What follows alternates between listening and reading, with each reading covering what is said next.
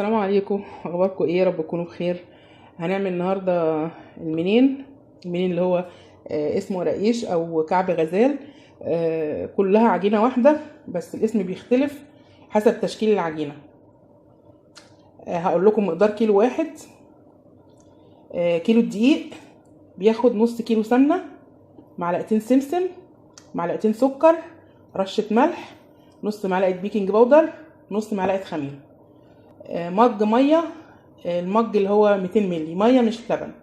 هنقدح السمنه، لازم نقدح السمنه، لو ما قدحناهاش المنين مش هيقعد.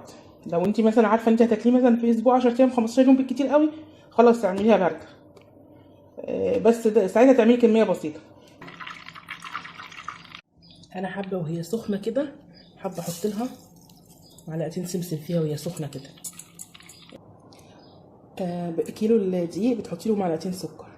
انا بعمل 2 كيلو فحطيت معلقتين هنا ومعلقتين هنا عشان الخميره، مع معلقه السمسم الخميره.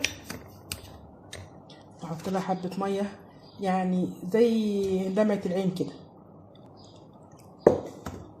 الميه دي للكيلو 200 مللي مش اكتر من كده، بس مش هحط عليها الخميره كلها لان انا ممكن ما احتاجهاش كلها.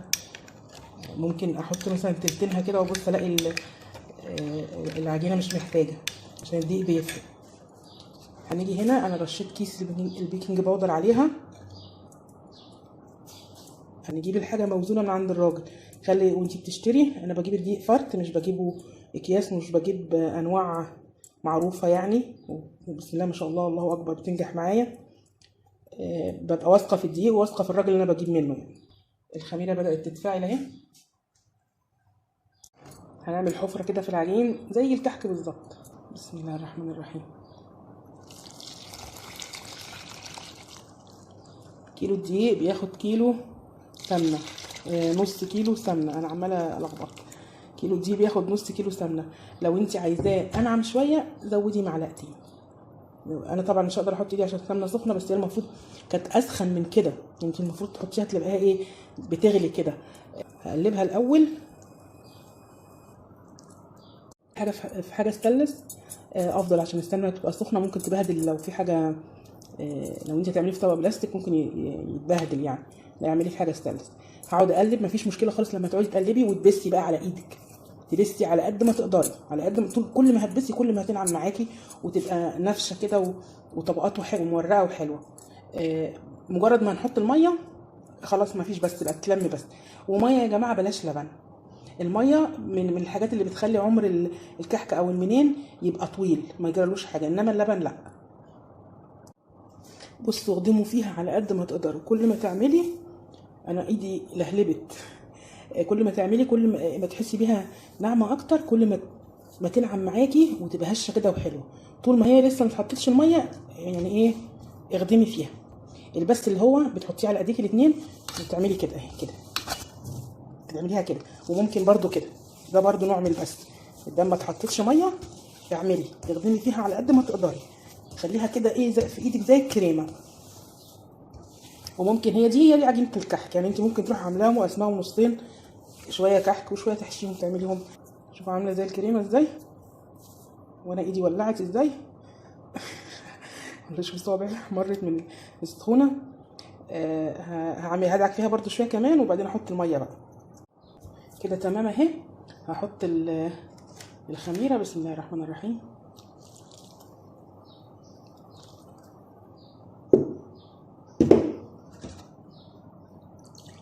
مقدار الميه ده اللي متعاير. هاخد واحده واحده، انا بدوب بس عشان في شويه سكر. هلمها بايدي. انا لميتها اهي. اما تكون بسمنه بلدي ما تحطلهاش ريحه كحك. اللي عايز يحط ريحه كحك لما تكون مش بسمنه بلدي عشان ما تضيعيش طعم السمنه. اهي مش مشققه ولا حاجه وحلوه في ايدي. وحتى لو شققت منك مفيش مشكله على فكره، مش عيب، هتطلع حلوه وناعمه زي الفل. المهم ما تزودلهاش ميه. هتغطى بنغطيها بكيس طول ما احنا شغالين، وما تيجي تروحي عامله واخده الحته تاخديها تقعدي تدعكي فيها كده. هغطيها انا بقى واجيب السجان. هي السجان جاهزه جنبي، معايا السكينه دي اي حاجه انت عايزاها. مجهزه العجوه. اهي. ما تحطلهاش سمنه الا لما تيجي تشتغلي. بفصص البلح وادعكه على ايدي واحط له سمنه، يفضل سمنه بلدي بيبقى ريحته حلوه، وسمسم، وادعكه على ايدي كده.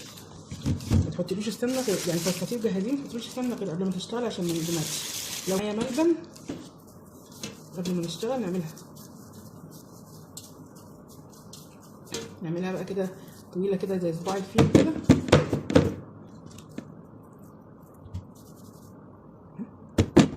نقفلها ونقص بقى كده، نطولها بس نقص من هنا عشان العجوه تكبر معانا، مش يبقى شويه عجين وشويه عجوه.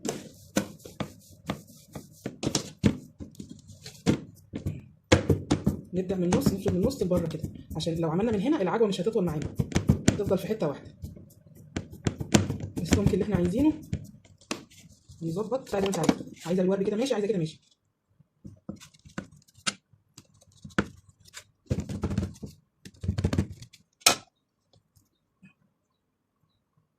بص في الصينيه واعملها. نعمل حاجه كمان والشكل اللي يعجبك عندي تعمليه.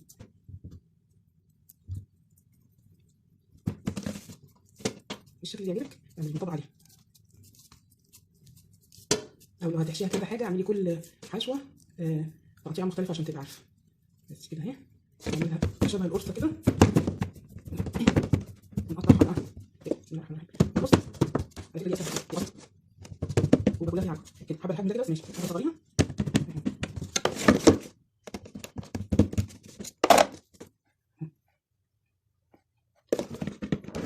الصينيه ولا بشكل تاني اللي هي بقى زي كعب الغزال، هو كعب الغزال بنفردها، هفردها بقى على كيس صغير عشان يبقى سهل ان هي تتبرم معايا.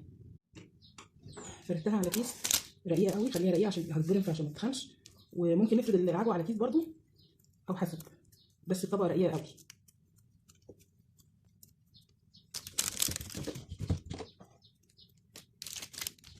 هحط لها العجوه بس يعني كعب الغزال ياخد عجوه كتير شويه. عمليه اهي، هاجي بقى ايه افرمها بالراحه كده. انا عايزه عن الدوشه على فكره، نسيت اقول لكم على في درجه ملح بتحط عليها اللي بيكون سنه وفي نفس الوقت بالظبط بتاعه.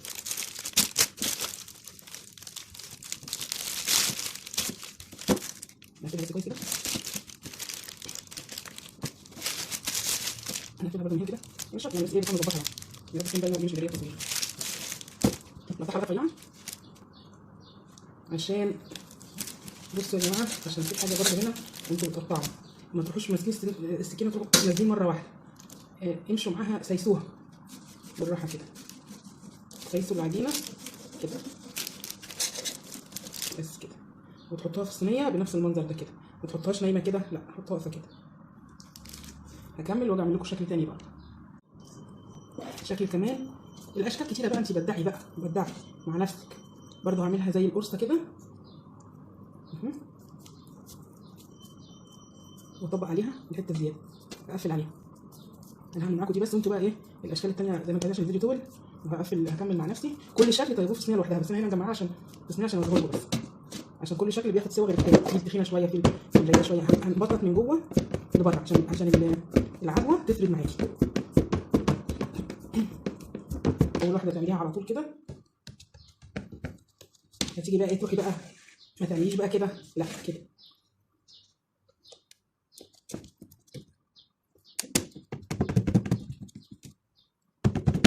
شكلها حلو قوي. باينه كده كده، ما تخليش العجوه باينه منها، لو الناحيه باينه منها العجوه خليها لفوق مش لتحت. بس هرص بقى انا الصواني واكمل براحتي، واللي عاملوه ملبن انا اعمله كده وهجيلكم في الاخر. اللي عايز يعملها على شكل كحك يعملها، بس هو عموما في الكحك المفروض ما يتحشيش عجميه، بتاعت اسمها ايه، عجوه، يتحشي يا ملبن يا عجميه يا ساده. انما هتحشيه بلح اللي هي العجوه، ما تقوليش عليه بقى، ما تقوليش عليه كحك، ده يبقى منين؟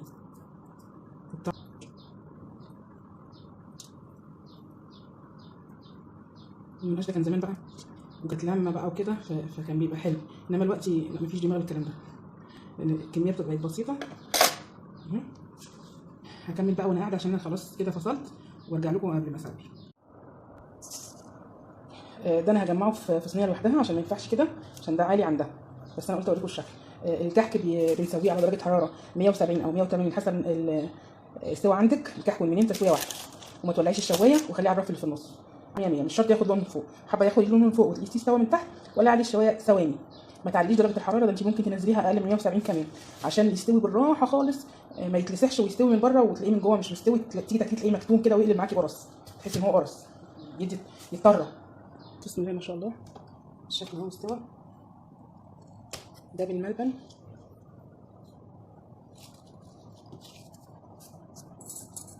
وده على تحت كبير شويه، من فوق اهو لونه اهو، من تحت على فكره ده سخن اهو لسه مطلعوه اهو. اوريكم اللي بالملبن اهو.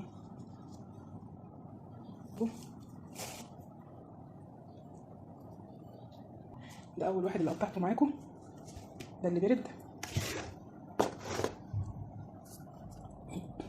ده على شكل كعب الغزال.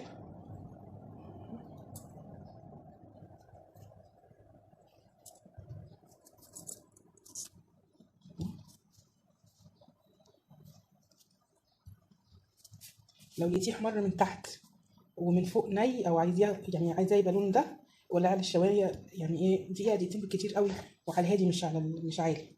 وده شكل تاني، ده شكل المنين بقى العادي بقى بتاعنا.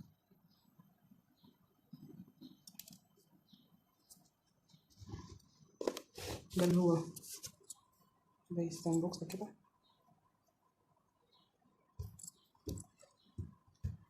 ده اللي على شكل كحك، بس ده مش كحك، ده منين اللي يتحط فيه بلح يبقى منين مش كحك، عشان الطعم تيجي تاكليها مش هيديكي طعم الكحكايه. انا عايزه اقطع لكم واحده دي،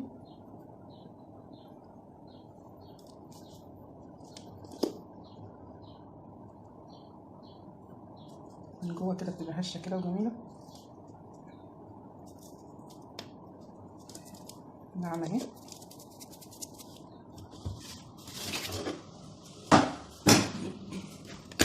اعملوا لي لايك لو سمحتوا، يا ريت الوصفه تكون سهله بالنسبه لكم. هسيب لكم المقادير في صندوق الوصف، وكل سنه وانتم طيبين. السلام عليكم. دي اللي عامله زي السندوتش، دي حلوه دي، بس دي سخنه لسه استقطر. شوف اللون بتاعها جميل من تحت من فوق حاجه كده. السلام عليكم، ما تنسوش لايك.